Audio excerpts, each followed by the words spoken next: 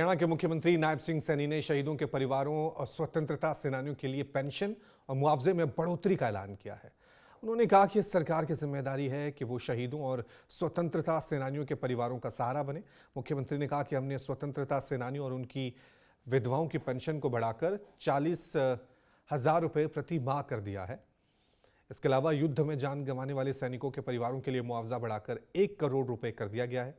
मुख्यमंत्री ने यह भी बताया कि राज्य सरकार ने शहीदों के आश्रित 418 लोगों को सरकारी नौकरियां देने का फैसला किया है। इन नौकरियों का उद्देश्य शहीदों के परिवारों की आर्थिक स्थिति को सुधारना, उन्हें सम्मानजनक जीवन जीने के लिए मदद करना। इसके अलावा उन्होंने आगामी अग्निवीर योजना को लेकर भी बड़ा फैसला लिया है। कहा कि अग्निवीरों को नौकरियों में 10% आरक्षण देने का फैसला किया गया ताकि युद्ध सेवा में भाग लेने वाले युवा सैनिकों को बेहतर अवसर मिल सके। आपको बता दें कि हरियाणा के राज्यपाल असीम कुमार घोष ने पंचकुला में राज्य स्तरीय समारोह में राष्ट्रीय ध्वज फहराया, जबकि मुख्यमंत्री नायब सिंह सैनी ने गुरुग्राम में तिरंगा फहराया।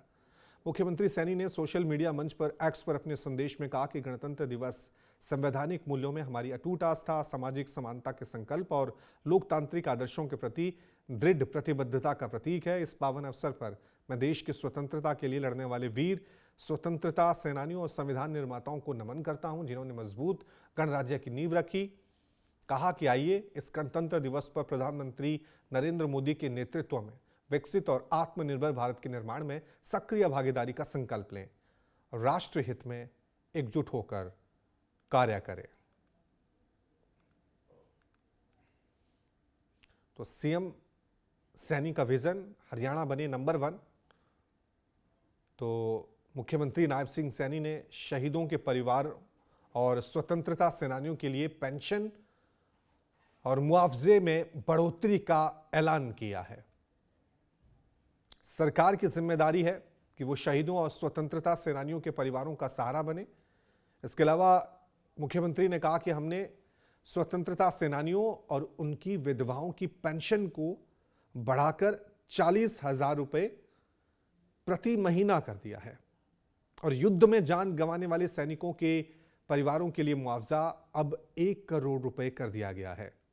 इसके अलावा सीएम सैनी ने कहा कि राज्य सरकार ने शहीदों के आश्रित 418 लोगों को सरकारी नौकरियां देने का फैसला किया है। इन नौकरियों का उद्देश्य शहीदों के परिवारों की आर्थिक स्थिति को सुधारना और उन्हें सम्मानजनक जीवन जीने के लिए मदद करना है। इसके अलावा उन्होंने आगामी अग्निवीर योजना को लेकर बड़ा फैसला लिया है। कहा कि अग्निवीरों को नौकरियों में 10% आरक्षण देने का फैसला किया है ताकि युद्ध सेवा में भाग लेने वाले युवा सैनिकों को बेहतर अवसर मिल सके।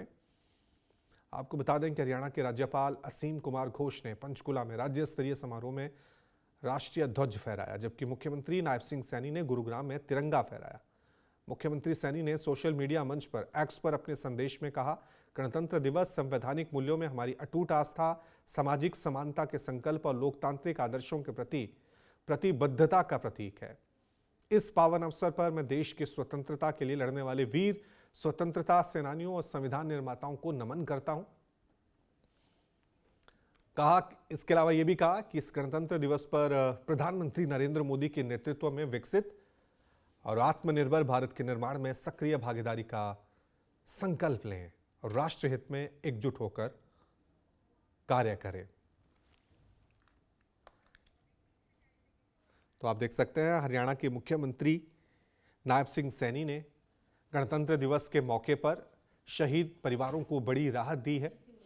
पेंशन और मुआवजे में बढ़ोतरी का ऐलान किया गया है। अब जो शहीद परिवारों की विधवा हैं उनकी पेंशन बढ़ाकर 40,000 रुपये कर दी गई है। इसके साथ ही अगर हरियाणा से कोई जवान देश की रक्षा करते हुए शहीद हो जाता है तो 1 करोड़ रुपया मुआवजे की घोषणा की गई है।